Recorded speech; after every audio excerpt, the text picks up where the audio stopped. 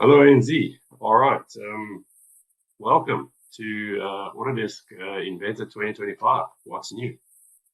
My name is Nick Wilkin. I am a Inventor trainer, certified user, Autodesk certified trainer, and so on. But I won't go too far about me. I work for a company called Accounts.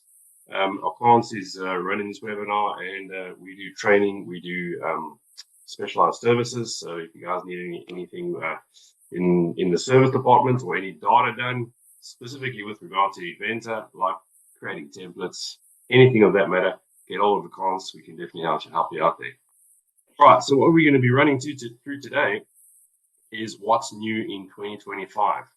Now there is a lot of updates that I have seen this year, which has been pretty fantastic.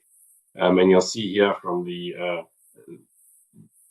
feedback from clients, in other words, the Autodesk community, the Inventor community, to the developers has been pretty good, because what's happening is that they're kind of listening to what we're requesting. There's a couple of items that have been requested over the years, and they seem to be changing things pretty adequately, in my opinion. So you'll see the sheet metal interoperability, AEC interoperability, patterns, graphics, finish features, iLogics, and so on. All right, so let's get into what I'm going to be covering today. Obviously, I've got a little bit of limited time, so I'm going to do as best I can to cover as much as possible. So first off, I'm going to start with performance. And as you can see from the slide, for the past 8 years, performance has obviously increased continually. Obviously, with the hardware updates and so on through the years, it just gets better and better. There still are instances where assemblies get quite large and they are quite taxing on hardware. But the guys at Autodesk are definitely working on this, and it is getting better and better every year. Interoperability, I will show you guys a few slides at the end of the display.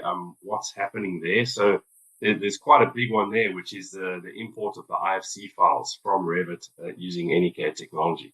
Now, those IFC files can be imported from other CAD programs, from what I'm told and what I've had a look at. It doesn't work as seamlessly as for Revit, but it's early days. I mean, this is the first year they've actually enabled IFC imports. So yeah, we're on the right path there. All right, but performance continues to see improvements, and that's an 8-year streak now in Autodesk's focused effort, which is great. Right, we'll also look at some individual items, the part modeling side of Inventor, obviously probably the core of importance there. We're going to discover updates to the finish feature, simplified integration of manufacturing processes and information. This is just one or two items here, seeing the patterning enhancements for the boundary settings, and I'll play around with this and actually have a look at how this has changed from last year to this year. Let's go to the previous slide. Sorry about that. Next, we're going to be looking at sheet metal. So sheet metal's also seen some enhancements. There's a big update to modernize the interface for better efficiency. What they've done is they've just changed that pop-up to look the same as the latest pop-up that they're kind of going in that direction towards. So we'll have a look at that as an example. You also see enhancements to part modeling for finish features and patterning. All right, so they're just adding a couple of extra part modeling and finish features, but that finish feature was only brought out last year, 2024. So I think we're going to see good things to come out of this, and I think they're just going to keep adding to it. Assembly modeling. In the assembly modeling, we also continues to see updates as well, with the addition of bounding cylinders. So it's not just bounding squares, these rectangular square shapes. Now it's actually cylinders. So you can add in cylinders. Again, I will say I think there's going to be more to this. I think there's more room for improvement there, but they're definitely doing some work here, which is great. All right, and there's also automated color schemes. So I'll be demoing some automated color schemes. This is quite interesting. It will help the guys that have really large assemblies with a lot of sub-assemblies, and it just helps you to differentiate between the sub-assemblies and assemblies in a very easy method by quickly changing the colors of your models. And I'll show you where to find that. All right, so let's get started first and foremost with the general enhancements. So general enhancements that we have um, in this year's release is there are graphics improvements, selection highlighting, improved highlighting for round surfaces, line display improvements, and customizable color lists. All right, so there's a customizable color list in your display under the application options. It's pretty straightforward. This is all just graphics improvements. All right, so nothing really to demo here. All right, you've also got the option to promote dimensions now, so you can promote dimensions. And there's improvements to the decal option, so multiple on the same face. All right, you can have multiple decals on the same face, and you can also have shared views. All right. In general, iLogics, so iLogic, not something I am fantastic at, but Volt check-in event. You can edit scope with model states. There is ribbon button images, security scanning of rules, and technology enhancements. So they've done some enhancements to iLogic, and that's something to obviously explore and have a look at. Yeah. All right. So let's look at the next step, which is performance. Right, so obviously, like I just said, there's been a lot of performance enhancements. Every year, they're obviously trying to enhance the performance. You can see by this graph, which is showing you every year what they've done. But what I get out of this graph is that this year they've actually done a lot. So you can see there every year 2 or 3 items, which are the key items. But this year they've done a load of changes. So there's a lot of changes that we can have a look at. And that's why I say I possibly don't even have the time to show you everything that they've done. All right, because there's a lot of changes this year, which is fantastic. All right, the performance feedback recorder. So this is a pretty neat addition that they've added to. This new add-in is designed to assist in determining potential performance issues. So this is managed through the add-in manager. So I'll actually open up Inventor and show you guys how this works. You would obviously go to your environments tab. All right. You would go to your add-ins and you would click on add-ins and you will actually find it over here. Now mine's already loaded. You would possibly have to load this. So it would possibly be in this state. Make sure that you load it automatically. Just loading it with one of them, it might not actually load. So make sure you tick both toggles here and click OK. Once you've done that, you will find that under the help function, you can go to the help function, go to performance feedback recorder, left click here. You'll see that that is not actually available there in 2024. And you can click recorder. It's going to open up a dialog. I'm not actually going to go through this because as you can read here in the pop-up, it will start recording your performance, your system's performance. All right, so it gives you a warning. You're about to record a log of your system performance. Training workflow where you are experiencing performance issues in Inventor. So once you stop that recording, a report will be sent to the Inventor performance team for analysis.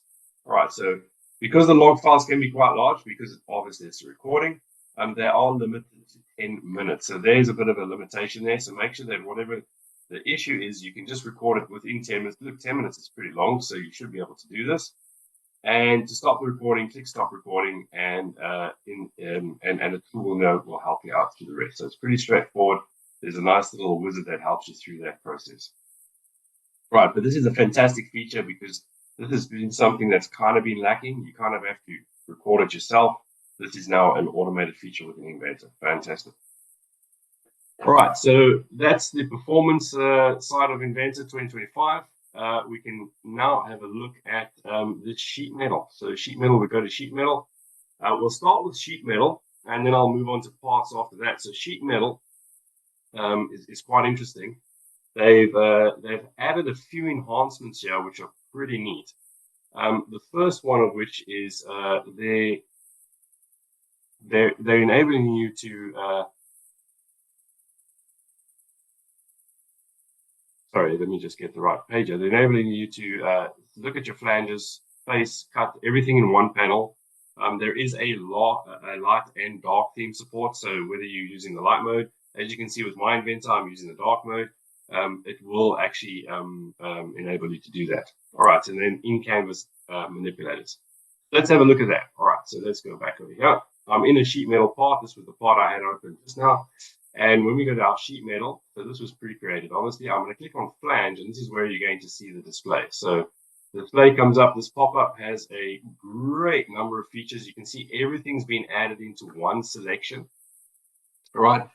The functionality of sheet metal still works pretty much the same way. There's no real difference in the way the flanges will be created and so on. There are some added features within this environment. You've got these gizmos and so on that you can grab now that help out with the very easy access to manipulating your sheet metal parts. All right, so let's see the difference from 2024. So if you guys don't actually know the difference, you can see how nice this interface is. If I jump into 2024 and I have a sheet metal component, let's have a look at that difference. It's a massive difference, as you can see. So to get to the other components, to get through all these features and manipulate this feature, yeah, it's a lot better. But like I said, it's not like they've changed the way the function works. These features are pretty much the same thing. You can see at the top here, you've got the unfold option, the bend option, and the corner option. And when you go to 2025, those have just been added in this seamless interface, which is far better now. All right, so a singular, seamless interface, which works far faster, far easier to work with. All right, so that's an improvement in sheet metal. Fantastic for 2025. Let's have a look at some of the part model enhancements. Starting with the boundary option. So there is a sketch pattern for the boundary option, and there's also geometry checks the iProperties. All right, so let's have a look at the boundary extents. All right, boundary extents is something that's always been something you have to kind of manually figure out and work out. There was kind of boundary extents in the past, but not as neat as it is now. So I've created this example, and with Inventor, I've actually just gone back. You can see in my model browser, if I go back to my rectangular pattern, you can see that it's actually picked up the circle. So what it's done is it's enabled me to select the boundary that I want to put this pattern into. Now, obviously, this is quite a large number of pattern features. So within this boundary option over here, as you can see, there is this pattern feature that I can create. And what it does is it selects the boundary, and you can see on the backside here, the little red squares are telling me that those will not be created. Even over here, because it's cutting on the edge and it doesn't quite fit. But I think with time, this is going to get better as well. Note that you've also, it includes geometry fully enclosed by the boundary, right? Or includes geometry with centroids inside the boundary, and also base points inside the boundary. All right, so you can have multiple selection types. I've just selected the first one as an example. If we go back to 2024 and we have a look at the difference there, then we close that and we have a look at that pattern difference. You'll see I tried to get my pattern to fit within that boundary, but I don't even have that option within 2024. All right, so that boundary selection is not actually available within 2024, 25. What's new? That's fantastic. So that's a fantastic option because, as you can see, it selects that boundary automatically. All right. The next one to have a look at here is the feature pattern settings. So I've already shown you that. This is enclosed by the boundary, centroidal, and those are the three options that I just displayed. All right, so centroidal inside the boundary and so on. Let's have a look at the finish feature. So the finish feature has been enhanced slightly this year again. So obviously it was introduced in 2024. If you guys noticed that, a really good feature which enables you to add things like machining, tempering, surface texturing, those type of things which you weren't able to do before. It was all a manual process that you would put into the detail drawing or the layout drawing. You can even do paint specs now, and this is actually added to your model browser. So if you guys didn't know that in 2024, it was added in 2024. What they've done now is they've actually enhanced this by enabling you to derive or make a part, and that part will then transfer that information over. All right, so you can actually, this is also supported by the mirror function. So Before it wasn't supported by those areas, and I'll actually demo that for you guys. So if I go over to my finished components, I've already created a component. I've added some finishes. So this was introduced in 2024. I've also gone into my settings for my display preferences, and I've showed the extent names. So you can see even the extent names, you're able to see what each finish actually comprises of: polishing, the type of primer or paint. All right, I've added 3 paint specs here. And if I go to make component here, I'm going to do this very quickly. So I'm going to select these 2 components. I'm not going to bother about the templates and so on. And I'm going to just add some components into an assembly, right? A made assembly that's derived from that make part feature or tool. And when we get into our make part, right, you can see the finishes are already there. I'm still in the components. So let's go to the IAM down at the bottom here. You'll see that there's no finishes there, but if I go into each part, they've actually added the finishes within the actual component. All right, so have a look here. I've got to find where it is now. Model states there, not there. Oh yeah, so let me open each component separately. Sorry guys, there we go.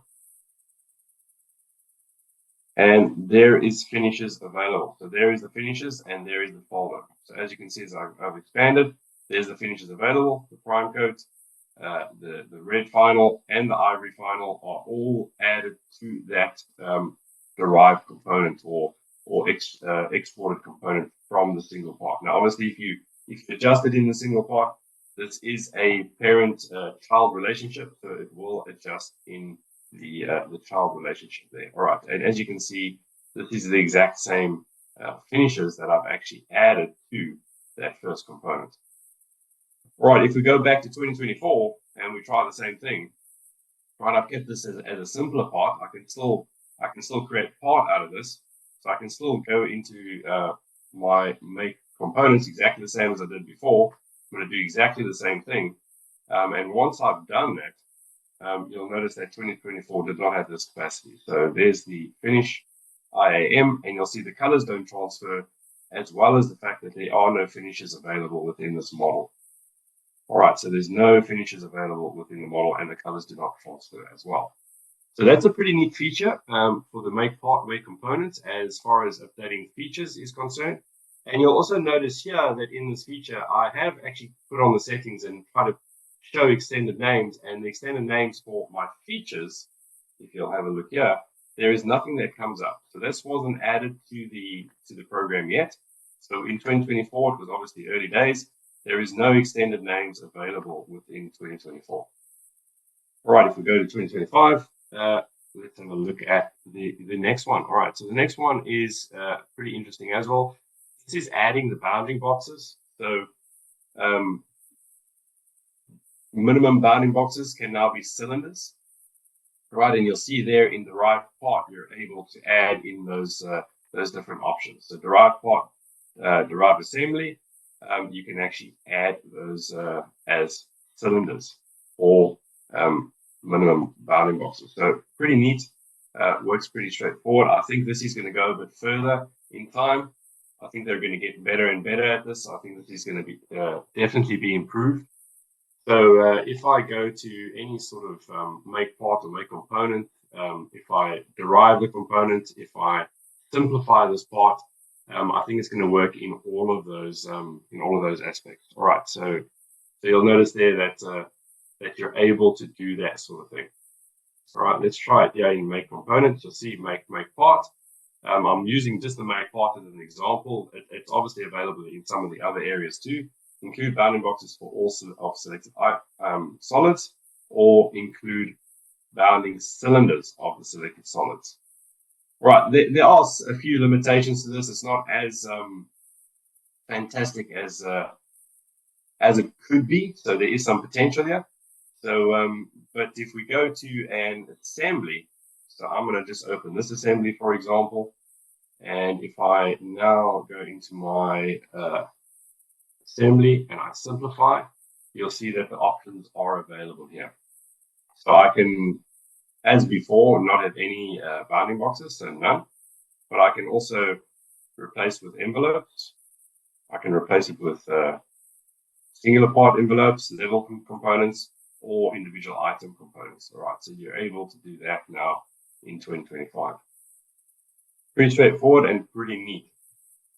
All right, if you need to dumb down or save some IP, intellectual property, for your components. Okay, so the next item on the list is going to be the part modeling, and there's three new drill types that they've added to the hole feature. So you've got a flat W, a angle V, a angle Y. So this is just them updating the ISO standards for drill types. The hole feature is one of the most used features in Inventor.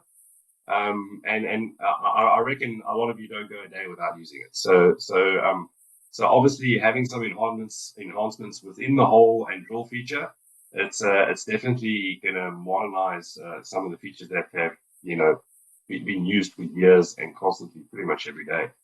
So this year there are 3 new drill types, as I've just shown you, and this is a continued effort from Autodesk to remain up to date with international standards.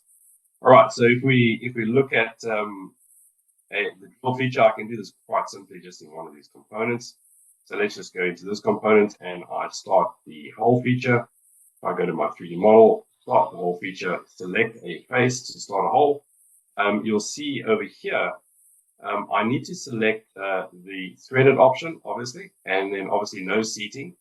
And what I would do there then is actually change the termination to a distance. Once I do that, then you'll see that this drill point option comes up. So previously it was only flat and angle. Now you've got flat W, you've got flat V, and you've got the Y. All right, so you'll notice how it changes in the interface, and you actually have a few pretty nice options here for your threaded holes. All right, it's not kind of that some thumbs up that was previously experienced by myself, possibly you guys too, where you just have to kind of get that and work it out yourselves. So that's a pretty neat feature, and I see good things to come with this part modeling feature as far as the threaded holes are concerned. All right, within your text environment, within the part modeling, there is also, and this is the same as the sketches or annotations, labels, and so on within the drawing layout. When you click on a label, you'll notice now that you can actually add presets. So there are presets available. All right, so you're able to add presets, symbols, parameters, standard iProperties, and physical properties. So they've added presets and they've added some extra items over here. You can't really see it here, guys, but I'll have a demo of what they've added when we get into the layout. But they've added some presets which are available here, which is pretty neat. All right, so you can add in presets and you can go into the settings and you can sort those presets out. All right, so pretty neat. If you've got notes that you want to create, you can add them as a preset to a template. If you've got general tolerances that you want to add and so forth, all those type of things, you can add that as a preset and you can just paste them in, which is pretty neat. All right, so that's going to be a time saver, and yeah, again, this is for 3D models, and later on they're working on putting it into 2D drawings as well for these preset notes. All right, so this is the start of it, but I will show you in the 2D drawings where you can actually put extra inserted field. All right, so there's some extra fields that they've added in to the layout, which we'll get to. All right, let me finish that sketch for you guys there.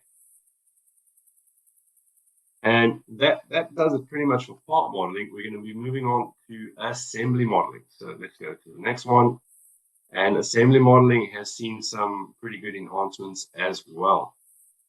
Okay, so in assembly modeling, you can now follow an assembly feature pattern when adding bolt connections.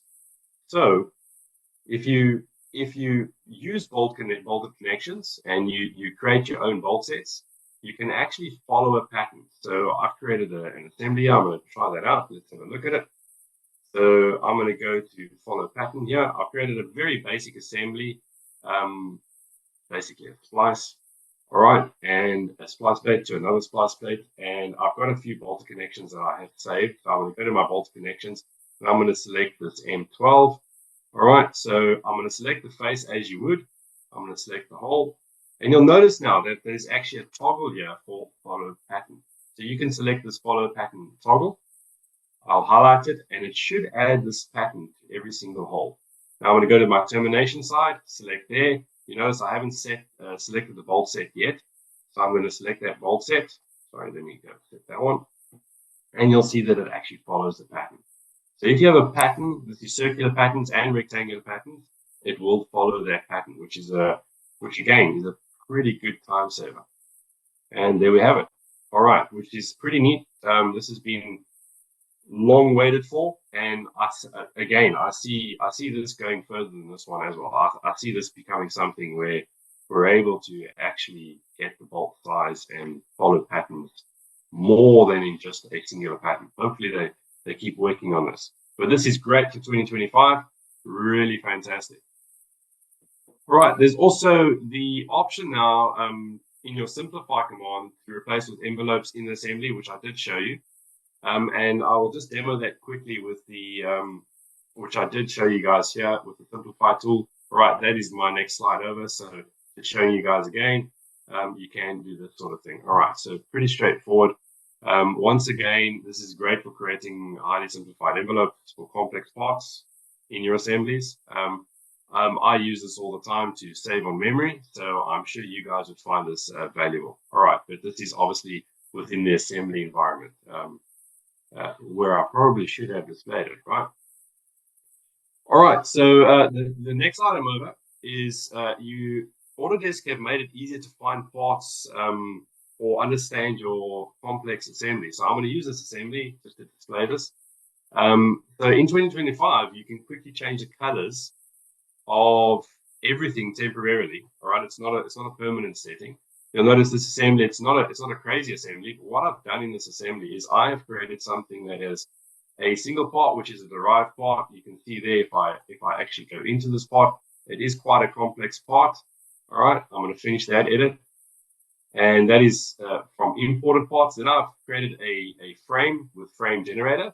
And then I've created a sheet metal component, which is a single part. So we've got a sub-assembly and a derived part. So every single example I could try to test this out with, right? Just to see how it works.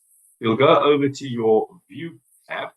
And in your View tab, you can actually separate the colors. Now, if we do that, you'll see that the colors come up to whatever you have selected. So there's 4 selections here for each part, for each unique part, for each top level component, or for each unique top level component. So top level component, you can see the sub assemblies, it picks it up, the derived part, it picks it up, the imported parts, and the sheet metal, it picks it up as well. And it very neatly displays the colors separately.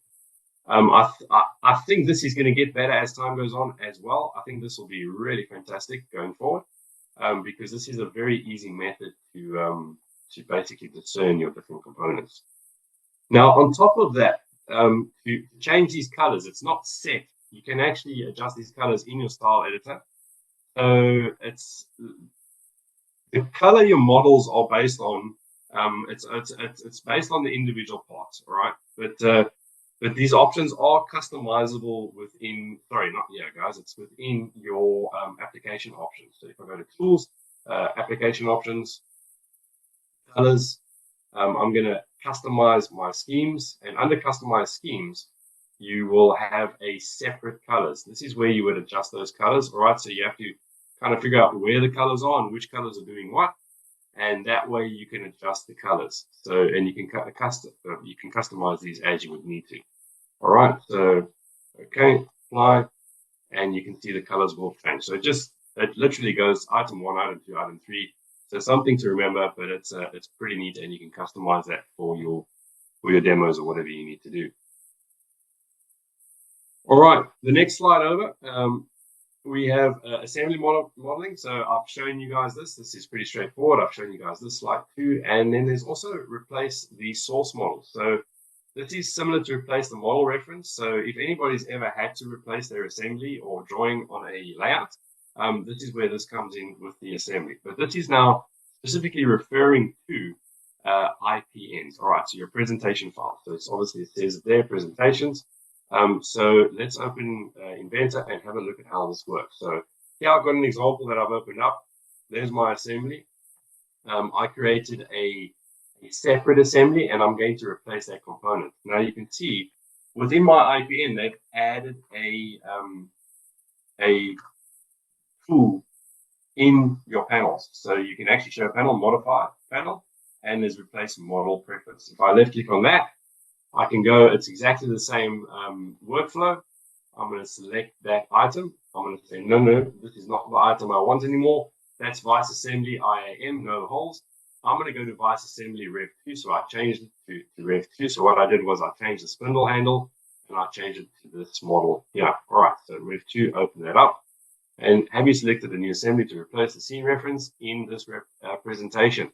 Select yes to continue with the replacement. So yes, and I'm going to click OK. And you'll see I specifically changed the one component and removed two cap nuts to see how that would adjust. And it actually does keep the tweaks and removes the tweaks that are now have no part to reference them. So it does update all the different items. You can see my the cap nuts have disappeared, and they're not even on my storyboard. So pretty neat. It will update. Now, obviously, if you've got more advanced assemblies, that's going to be a pretty neat feature that's going to help you out there. All right. That is everything to do with assemblies. Okay, so that's the assemblies. Let me actually check this in 2024. So I wanted to make sure. I did create a test drawing. There's my test drawing of an IPN, and you'll notice here straight away that there's no icon there. Even if I go to show panel, there is no modify panel. So 2024 does in fact not have that. So pretty neat from 2025. That's really going to help out a lot, especially if you've got a very complex IPN going. All right, next item on the list is going to be within your drawings or your layouts, detailed drawings, whatever you would want to call that. And let's have a look at what's changed over here. Firstly, there's a lot of enhancements to talk about for annotations. Again, far too many for me to go over. Earlier we spoke about using presets, basically for the 3D animations, or 3D models, sorry, the annotations in 3D models. You can do the same for adding text in drawings. All right, so you can actually do that in drawings. Let's have a look at that. Let's make sure that what I'm saying is actually truth here. So if I've drawn this this layout, and let's go to my notes, and within the notes there you can see it presets. All right, so there are some limitations, and they are going to improve this as time goes on, guys. So this is one of the notes that they've added, the presets. Now, obviously that's just a text-based thing. Some of the other areas they've added are over here, which you're not going to see. You'll see there's a lot more items that are available, but what they have added is they've added some other aspects to this as well. So if I create a piece of text here, let's just create a new piece of text. I'm going to place a text item, and you'll notice that I can actually background fill now, which is pretty neat. So background fill is available. Background fill, right? Obviously, I can possibly change my color here. Let's make it a little bit brighter. Yeah. And I can background fill that to be black, for example. Right, okay. And as I zoom in, you'll see now that you can actually background fill the text. Okay, surely I'd want to put this into the middle. Justification. Yeah. And we have some filling in the background, which is fantastic. Okay. To get rid of this, you just go and select the background fill as your normal color. You'll notice it just fills the background. So when I click over here, full color, sheet color, and I click OK, and it removes it. All right, very neat feature. Something, again, that's been kind of outstanding for years.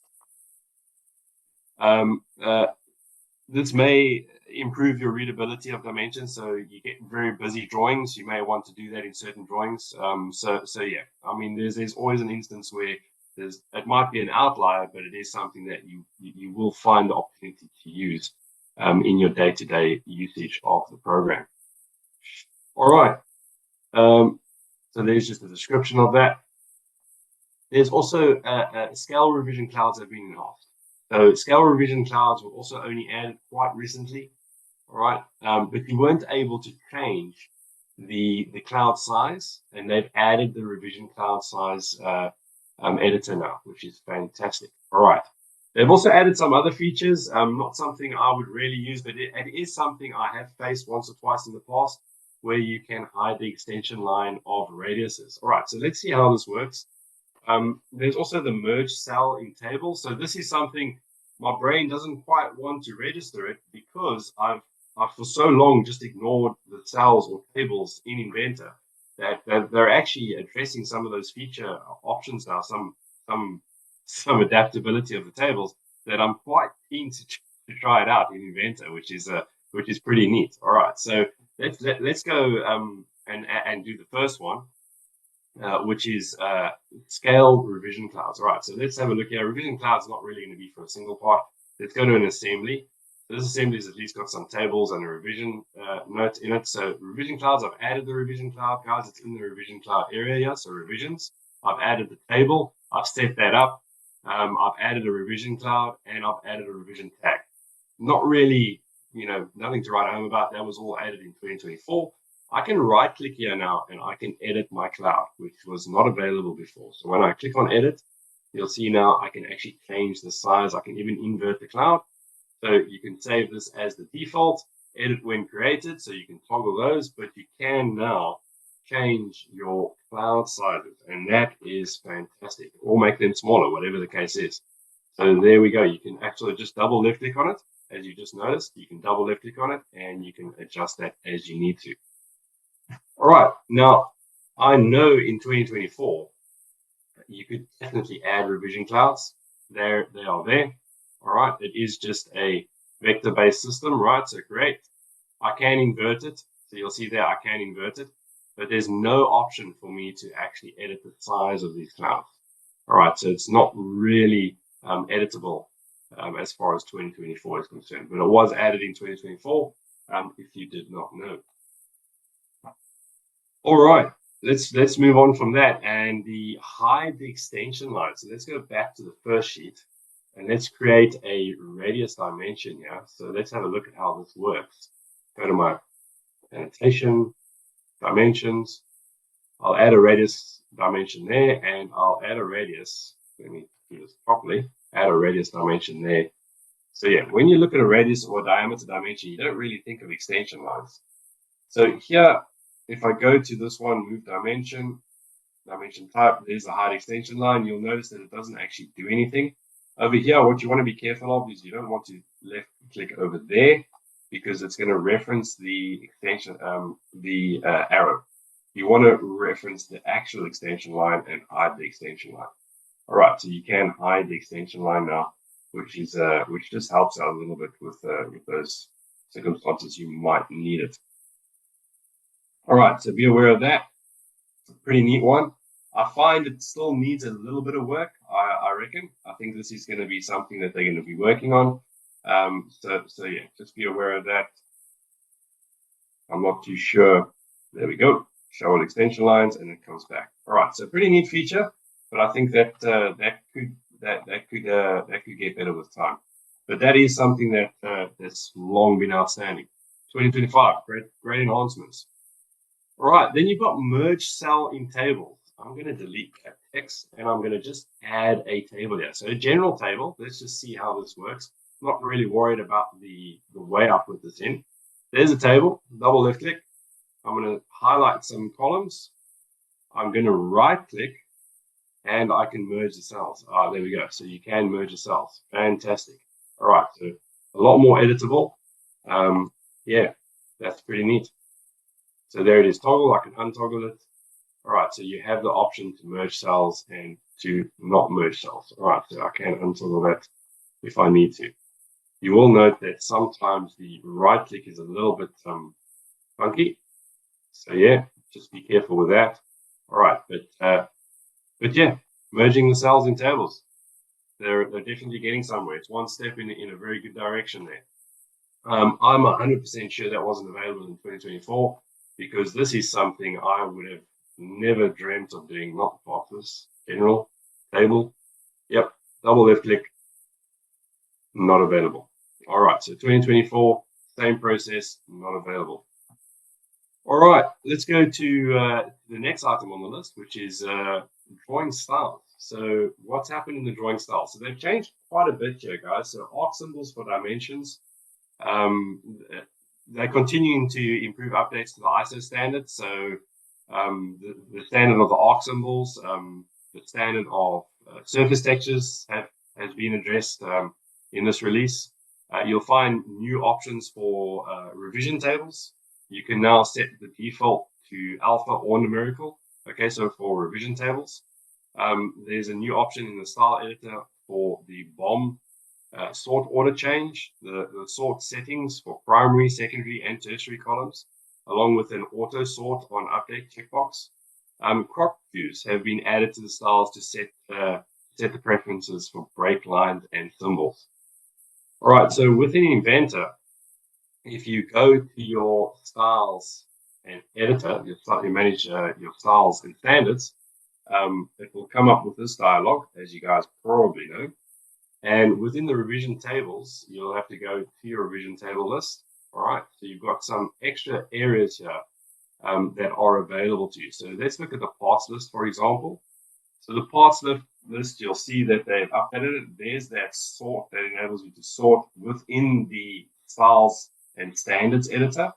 Now that for sure was not available in 2024. I'm saying it even though I don't even know, but let's verify that 2024. And let's go to the parts list. It's already on parts list, thank goodness. There we go. Yeah, no, not available. So yeah, so they've done some really good feature updates within your parts list, which is great, and feature updates with a lot of the other styles and features.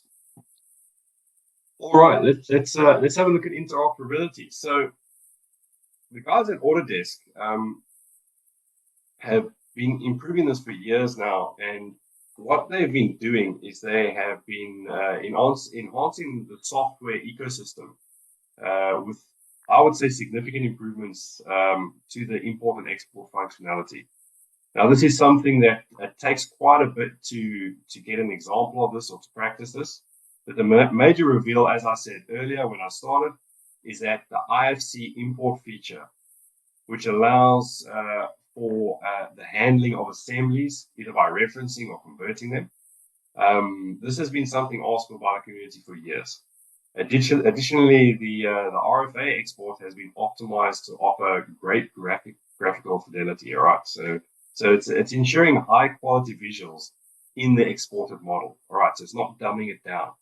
Now something to take note of. This is with a lot of reference to Revit, things like that. All right, so you got to keep that in the back of your mind. But what they're doing is I see this is now the next step. The IFC and the RFA options really are the next step. All right, so I think this is going to get really good as we go forward. The Inventor interoperability is a component that provides Autodesk products full read and write access to the Inventor data. All right, so this is now with reference to Autodesk products, including metadata, geometry, materials, and textures.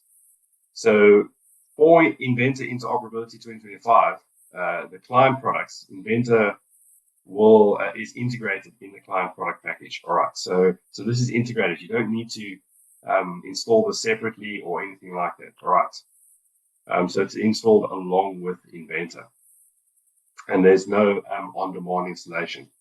Note, as far as this goes, if it's an outside program, there's going to be some form of on-demand installation or some form of export import that's going to come up. All right, so if you're using an external program not supported by Autodesk or created by Autodesk, that could actually give you a bit of a hiccup. But yeah, this is fantastic, guys. IFCs, first gen that they've been able to do this, or they've actually addressed it. So yeah, fantastic. The Revit import version support is 2023, 2024, 2025. So just take note of that. Also, some notes on Revit and BIM specifically. The ability to import Revit models going back as far as 2023, which is great, as well as update the simplify command and they added a new prompt to install the necessary versions of Revit. All right, so pretty neat. All right, so note, I just recalled I was going to show everyone within the drawing environment. So let's just jump back there. And I want to make sure that I show you guys this one feature here. So within the feature here and creating your material, your BOM, your bill of materials, there are some other options that are available there too. All right, so within the BOM environment, sorry, I didn't mean to open that part. Within the BOM environment, all right, you have these lists here that are available within the styles and the standards. So I did want to just explain that. So these listings can be available and set up within your styles and standards, and 2025 has improved that. All right, so just make sure you understand that it's far better now. Okay, but within the context of adding text options, so annotations. So if I add in this annotation over here, you also have the option now to go to this parts list property. All right, now you'll notice that it comes up. I've got a vice IAM and appearance, and I don't really have any list or description there that's been added to my assembly, but you will be able to bring in a parts list property from your parts list into your text object. So just something I wanted to show you guys before we close off for the day. All right, and I just kind of skipped this part. All right, so just remember that you've got more options here that are available within your text objects. All right, guys. So that's pretty much everything as far as in what's new 2025. There are a lot of items that I saw that I read through that I actually haven't covered here today. So you guys are welcome to ask questions. And obviously, if you've got questions, you can throw them into the chat. Even if I don't have the answers for you, I will definitely come back to you. We can get your details, and we can obviously reply to those answers. So yeah, thank you for the time. Really appreciate it. And that is Inventor 2025. What's new?